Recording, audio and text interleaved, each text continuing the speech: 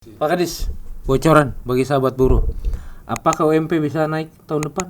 Di kisaran berapa? Karena informasi saya yang dapat Di Permenaker itu kenaikan itu maksimal.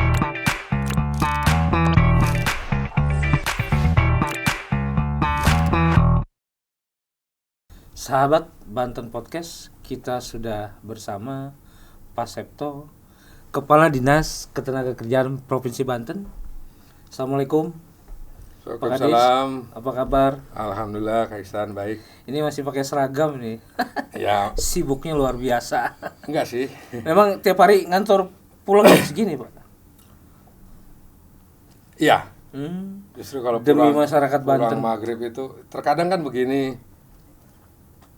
Pagi sampai siang itu ada acara gitu ya. Kembali ke kantor, berkas udah numpuk. Iya. Terus ada tamu, ada teman-teman sejawat, apa yang mau ini ya sudah Luar biasa. sampai itu gitu. Oke sahabat, Assalamualaikum warahmatullahi wabarakatuh. Waalaikumsalam. Kita langsung pada pertanyaan-pertanyaan kecil. Tapi ini menjadi petunjuk buat sahabat yang masih nganggur, yang masih sekolah dan berharap mendapat kerja, dan bagi sahabat yang belum kerja. Kita simak. Pak Haris, angka pengangguran di Banten saat ini berapa? Kemarin terakhir di angka 8,95% ya, apa ya? Artinya ada berapa orang yang nganggur? Dari 12 juta, dari 6 juta angkatan kerja itu hampir 600.000 yang nganggur. Dari strata mana banyaknya, Pak Kadis? Memang kalau berdasarkan survei BPS itu dari lulusan SMA, SMK yang mendominasi. Mendominasi. Ya, cuman memang kita juga perlu merevitalisasi kurikulum di kita gitu, biar bisa link and match dengan industri. Selama ini belum? Ada beberapa SMK yang memberanikan diri untuk bekerja sama dengan pihak industri. Misalnya di SMK daerah Tunjung ya. Nah, Pak Kadis, dari 8,5%, 8,95%. 95%. Banyak di wilayah mana? Kabupaten Tangerang, Kota Tangerang, Kabupaten Serang, Kota Serang, Lebak, atau Pandeglang? Yang di bawah, yang sekitar 2-3% itu memang di Lebak dan Pandeglang. Itu lebih banyak. Lebih banyak di Serang, di Kabupaten Tangerang, di Cilegon itu besar. Saya berpikir itu masih wajar karena daerah-daerah itu kan menjadi tempat banyak industri yang beroperasi. Sehingga banyaklah mereka yang katakan mengadu nasib itu ke daerah-daerah situ. Nah, Haji, potensi pengangguran di tahun 2023 ini akan bertambah atau berkurang? Kita sih berharap berkurang. Karena begini, BPS itu survei itu di bulan Februari dengan di bulan Agustus. Kita berharap masih bisa mempertahankan atau bila bisa juga dengan upaya-upaya yang sudah kita lakukan itu angka itu kembali menurun. Indikatornya apa, Pak Kadis? Ada harapan pengangguran tahun 2023 akan menurun? Beberapa kegiatan di kita, jadi begini, indikator utama ketenagakerjaan memang di Dinas Tenaga Kerja. Tetapi itu ada program yang saling terkait dan harus didukung oleh beberapa OPD. Misalnya UMKM yang kita berharap menumbuhkan wirausahawan baru. Kemudian eh, Dinas Perindustrian Perdagangan dengan pendidikan vokasi yang di link and match-kan dengan industri. Kemudian juga Dinas Pariwisata. Menyumbang berapa persen tuh Pak Kadis? Memang sampai hari ini datanya belum ada ya. Karena ada kesulitan tentang data tingkat pengangguran dan kesempatan kerja. Pada saat sekarang ini kita dalam keadaan dalam kondisi waktu untuk menetapkan UMP dan UMK. Berdasarkan Permenaker 18 2022 itu ada yang kita sebut di situ indeks yang terdiri dari perluasan kesempatan kerja, kemudian pertumbuhan ekonomi tiap daerah, kabupaten, kota, dan provinsi. Saya dapat informasi salah satu daerah di kita, Tangsel, itu mendapatkan data itu tidak ada di BPS setempat. Sehingga komunikasi ke BPS provinsi. Pak Kadis, bocoran bagi sahabat buruh. Apakah UMP bisa naik tahun depan? Di kisaran berapa? Karena informasi saya yang dapat Di Permenaker itu kenaikan itu maksimal 10%. Tidak boleh melebihi 10%. Nah, dari beberapa indikator yang kita bahas dalam Dewan Pengupahan itu pada kondisi range-nya antara 6 sampai 7%. Tapi itu belum kita tetapkan kembali karena itu baru hasil rapat Dewan Pengupahan pertama kali. Tetapi yang krusial sebenarnya bukan di upah minimum provinsi sebetulnya. Yang krusial itu di penetapan upah minimum kabupaten kota. Karena itu yang menjadi acuan perusahaan untuk memberikan gaji kepada pegawai. Nah, sebenarnya kenapa UMK ini menjadi sangat penting? Sebenarnya UMK yang ditetapkan itu adalah untuk mereka yang bekerja dari 0 sampai 12 bulan setahun gitu kan. Begitu tahun kedua UMK ini berkontribusi dalam penetapan skala upah yang dilakukan oleh perusahaan. Jadi kalau di PNS itu ada sebutan kenaikan gaji berkala di tiap 2 tahun naik gaji, walaupun itu tidak besar, antara 150 sampai 200 ribu lah katakan. Jadi UMP ini bagi mereka yang sudah bekerja lebih dari setahun itu berkontribusi untuk mereka juga nanti ada kenaikan bila begitu UMK ditetapkan, perusahaan itu bikin skala upah. Oke, bocoran Pak Kadis dari range UMK UMK belum dibahas. Kalau UMP? Kalau UMP sudah kita bahas, range-nya antara 6 sampai 7%. 7%. Tapi harapannya sampai 13% itu katanya. Teman-teman serikat meminta untuk 13%. Jadi pertama kalau teman-teman serikat pekerja meminta 13% UMP. Sedangkan Apindo, Asosiasi Pengusaha, itu meminta untuk perhitungan dengan PP 36. Apa itu PP 36 bunyinya? Tentang pengupahan. Jadi ada rumusan-rumusan di PP 36 itu. Nah, kalau di situ itu kenaikannya tidak lebih dari 5%. Gitu. Ada peraturan lain selain PP 36? Justru PP 36 ini dibuat aturan teknisnya melalui Permenaker 18 2022. Tetapi Apindo tidak mengakui Permenaker. Nah, ini jadi perdebatan hukum tata negara karena sebuah peraturan pemerintah itu bisa digantikan dengan peraturan menteri. Seharusnya jangankan peraturan menteri, peraturan presiden pun itu tidak bisa merubah apa yang ada dalam peraturan pemerintah. Tetapi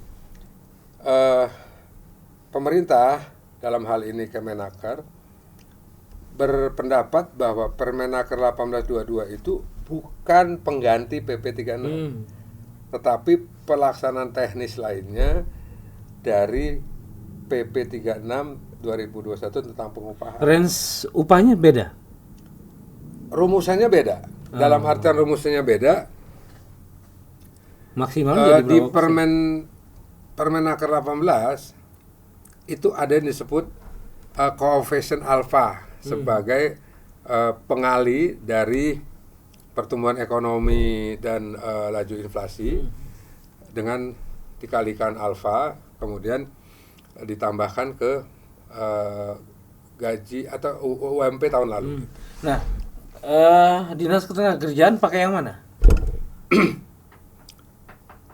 Kita mengusulkan kepada Pak Gubernur hari ini, dari kemarin setelah rapat Dewan Pengupahan, kita sampaikan berita acara.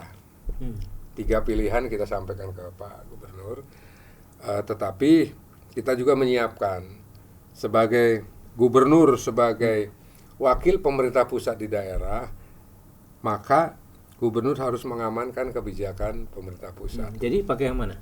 Kita menggunakan Permenaker 18/2022 dengan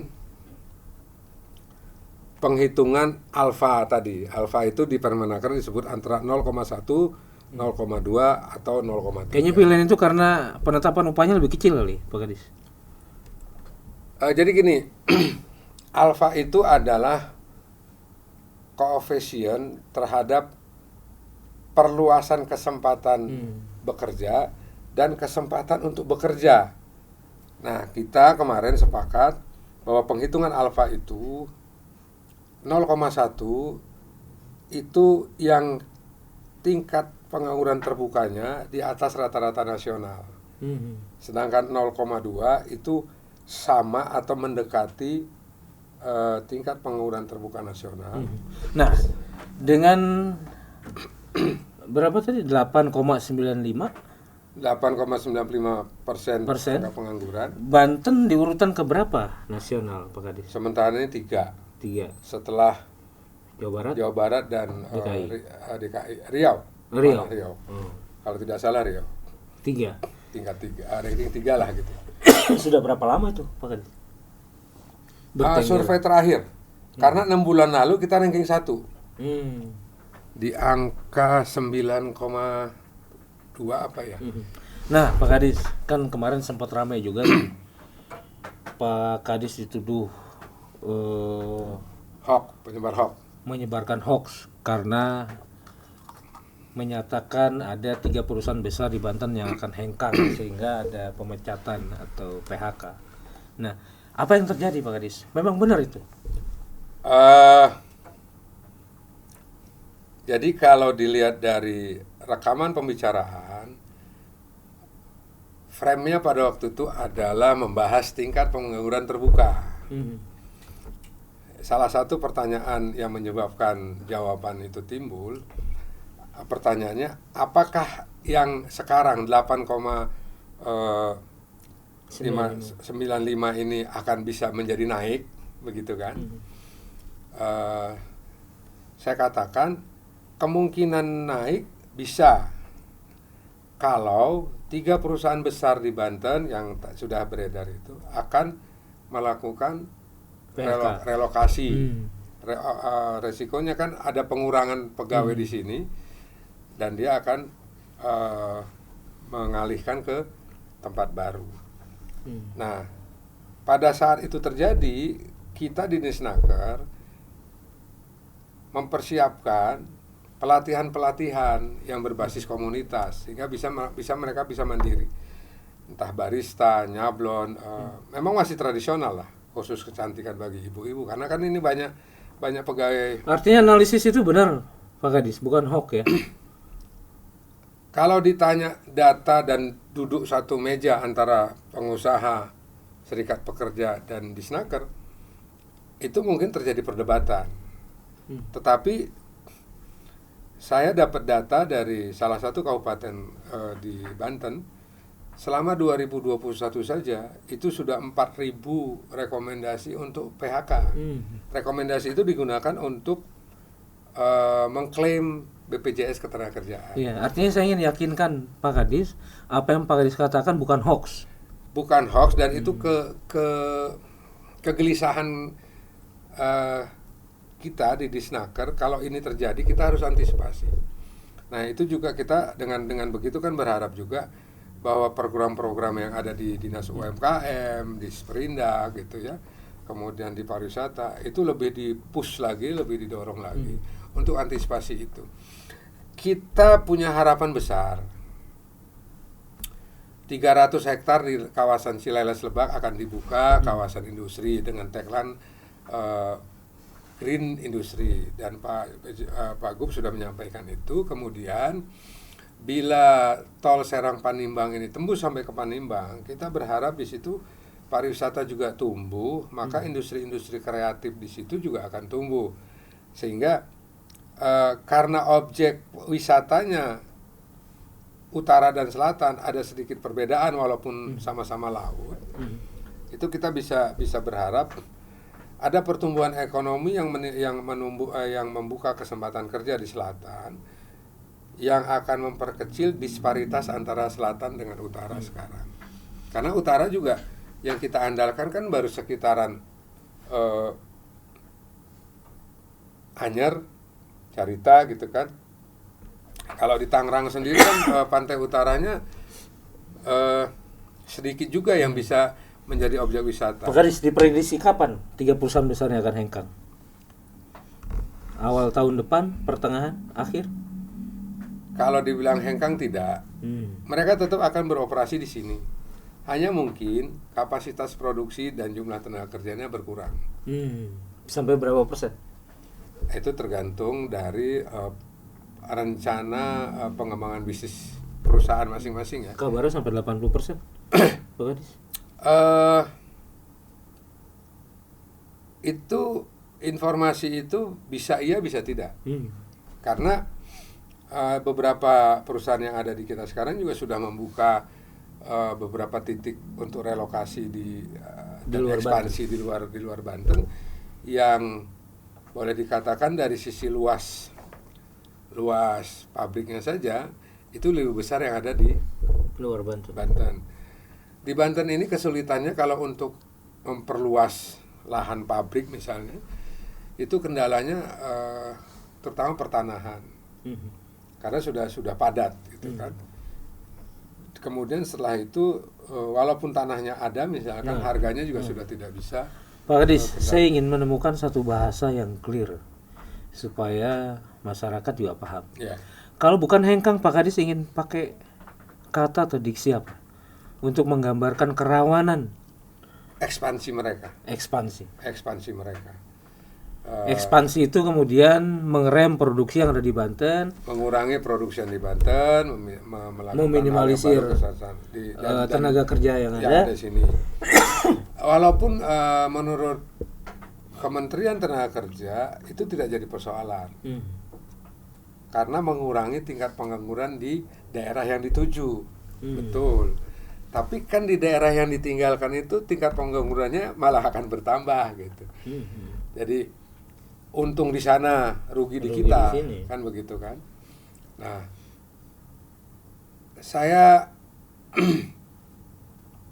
kalau melihat data yang tadi saya sampaikan, 2021 sudah 4.000 di satu kabupaten, dan di kabupaten yang sama di 2022 ini triwulan 3 saja itu sudah 3.790. 3.790. Jadi kemungkinan akan sama atau melebihi dari 2021. Kemudian memang kalau dibilang tidak suram-suram amat kan gitu ya. Tidak suram itu Pak Kadis. Ya kalau dari sisi angka tidak suram. Dalam artian begini, Banten akan dapat investasi 1,7 triliun sebagai gambarannya. Tetapi penyerapan tenaga kerja dengan investasi 1,7 triliun itu berkisar 500 sampai 700 tenaga kerja saja. Karena itu investasi yang padat modal, padat teknologi lah. Kecil sekali Pak Kadis. Sedangkan kita sampai hari ini sebetulnya untuk mengurangi secara signifikan tingkat pengangguran terbuka kita masih sangat memerlukan perusahaan-perusahaan yang berbasis padat karya. Apakah itu alas kaki, tekstil, ya boneka dan lain sebagainya gitu ya. Sehingga ini akan menyerap tenaga kerja yang besar.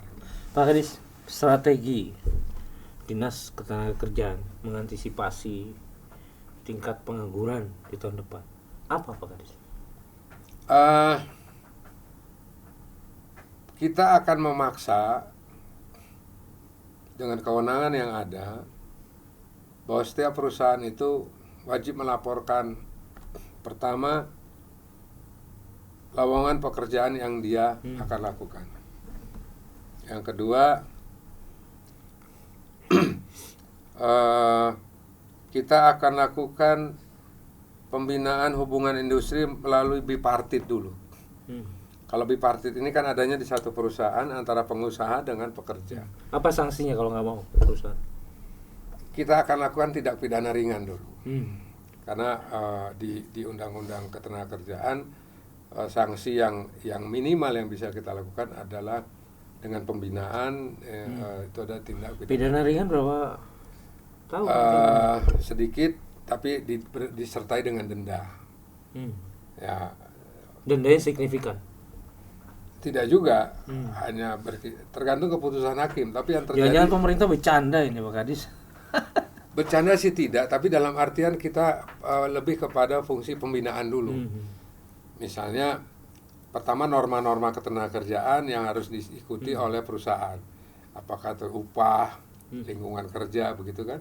Kemudian kesehatan keselamatan kerja.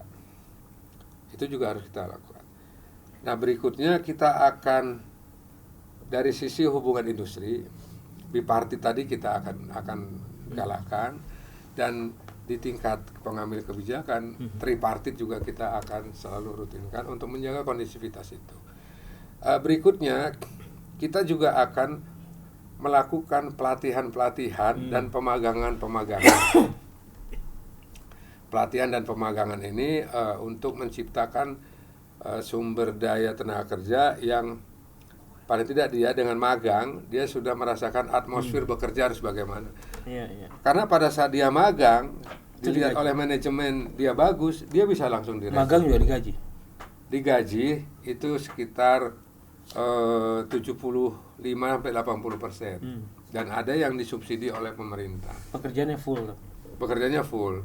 Cuman ini jadi isu juga di kalangan teman-teman serikat pekerja. Itu adalah politik pemerintah untuk melakukan pembayaran upah buruh murah. Padahal bukan itu maksud kita, bukan itu. Maksud kita adalah mereka diberikan atmosfer bekerja bagaimana. Itu tadi, kalau mereka produktif dan mereka memang kompeten, mereka akan di. Tapi kabarnya perusahaan-perusahaan ini juga banyak yang bandel, tidak mengikuti apa yang diatur, ditetapkan oleh pemerintah. Sebagai gambaran saja dari wajib lapor daftar perusahaan di Kemenaker melalui online, kita itu ada 41.000 perusahaan. 41.000? Iya, Sebanten? Sebanten, dari besar sampai kecil. Kendala yang kita hadapi pada hari ini adalah yang melakukan pengawasan terhadap perusahaan itu. Misalnya kita punya hitungan, kalau tentara itu mungkin minimum essential force gitu ya. Nah, minimum essential force itu 150 orang. Sekarang 69 orang, dan itu tahun depan berkurang lagi sekitar 6-7 orang karena pensiun. Karena pelatihan untuk pengawas itu lama, 9 bulan. Kemenaker mungkin dengan beberapa alokasi itu, dan hanya boleh dilakukan oleh Badan Diklat Kemenaker, belum bisa dilakukan. Pak Kadis bisa sebut satu perusahaan yang dianggap baik selama ini dalam urusan ketenagakerjaan dari 41.000? Datanya saya lupa, tapi kita bipartitnya kemarin Indah Kiat itu bagus bipartitnya kan ya. Kemudian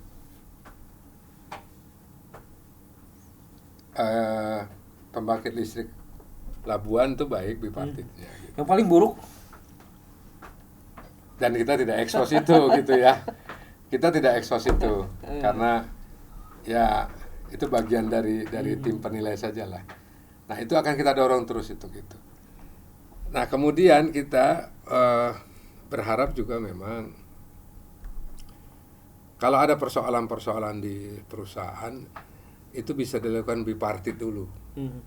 Paling tidak menjaga kondisivitas investasi, jalannya usaha. Karena segala sesuatunya kita tetap melibatkan pengusaha dengan serikat pekerja. Di tingkat kebijakan baru namanya lembaga kerjasama LKS tripartit, diketuai oleh kepala daerah. Pak Kadis, enak mana? Jadi Kadis Ketenagakerjaan atau ASDA? Tidak bisa dikatakan enak atau tidak, tetapi lebih kepada bobot tugas dan sejauh mana ya maaf kita menikmati pekerjaan kita itu. Semuanya ada plus minusnya. Dan sekarang dicalonkan sebagai calon terkuat PLT Sekda Provinsi Banten. Semua kembali kepada kebijakan dan keputusan Pak Gubernur. Karena saya berprinsip semuanya itu adalah kebijakan pimpinan, dan kalaupun dipercaya melaksanakan tugas harian. Karena definitif sekdanya masih ada yang kebetulan diberi tugas tambahan sebagai pejabat gubernur. PLH Sekda tidak punya kebijakan apapun. Dia hanya melaksanakan tugas harian, persuratan dan lain sebagainya. Dalam sisi kepegawaian saja, dia jangankan memindahkan orang, menandatangani DP3 juga tidak bisa. Karena statusnya sama dengan Pak PJ Gubernur sekarang. Beliau Sekda dikasih tugas tambahan sebagai PJ Gubernur. Kalau saya di Disnaker nanti tugas itu, saya tetap melaksanakan tugas saya sebagai Kadisnaker. Hanya tugas tambahan. Tugas tambahan yang lebih berat itu adalah PLH. Hanya PLH saja. Pelaksana harian. Jadi kebijakan itu ada di pimpinan, karena ya saya boleh dikatakan pegawai zaman dulu ya, Kaji Ihsan ya. Dalam artian pegawai zaman dulu, jabatan itu adalah amanah dari pimpinan, kepercayaan yang diberikan pimpinan. Kalau pimpinan tidak memberikan kepercayaan itu kepada kita, ya kita harus introspeksi dan kita harus menjalankan tugas yang ada sekarang, tugas pokok sekarang gitu. Sebagai Kadisnaker. Gitu kan. Jadi berita-berita tentang itu semuanya ada di Terakhir Pak Kadis. Pak Kadis merasa hubungan dengan buruh mengenai agenda tahunan ini akan lebih baik dibandingkan tahun lalu? Saya rasakan begitu. Karena beberapa persoalan, jadi sebenarnya bukan menyangkut upah saja ini, bukan menyangkut berita hoax saja ini, tapi menyangkut pengaduan dari serikat buruh terhadap perjanjian kerja bersama dengan perusahaan yang tidak diikuti gitu kan. Kemudian serikat pekerja tidak dilibatkan dalam penyusunan peraturan perusahaan. Itu banyak tiap hari, tiap minggu itu ada saja pengaduan itu. Dan itu saya minta teman-teman di pengawas di UPT pengawasan, ada 4 UPT itu untuk menyelesaikan itu. Karena yang teman-teman serikat buruh lakukan itu adalah mengadukan tentang norma ketenagakerjaan yang tidak diikuti oleh perusahaan. Nah, itu saya coba untuk diskusi dengan mereka, walaupun saya pernah ngalamin 3-4 kali diskusi. Kita masih kita pengen demo Pak, katanya. Ya sudah, kalau demo yang baik. Jangan ngegeruduk kantor. Berapa aliansi? 10 udah satu 8, satu aliansi 10 udah. Ya mereka ngehormatin karena itu udah ini. Mereka tetap demo dan kita terima. Tapi yang tetap kita terima itu yang kita diskusikan itu yang kemarin-kemarin sudah kita diskusikan. Hanya ada progresnya lah.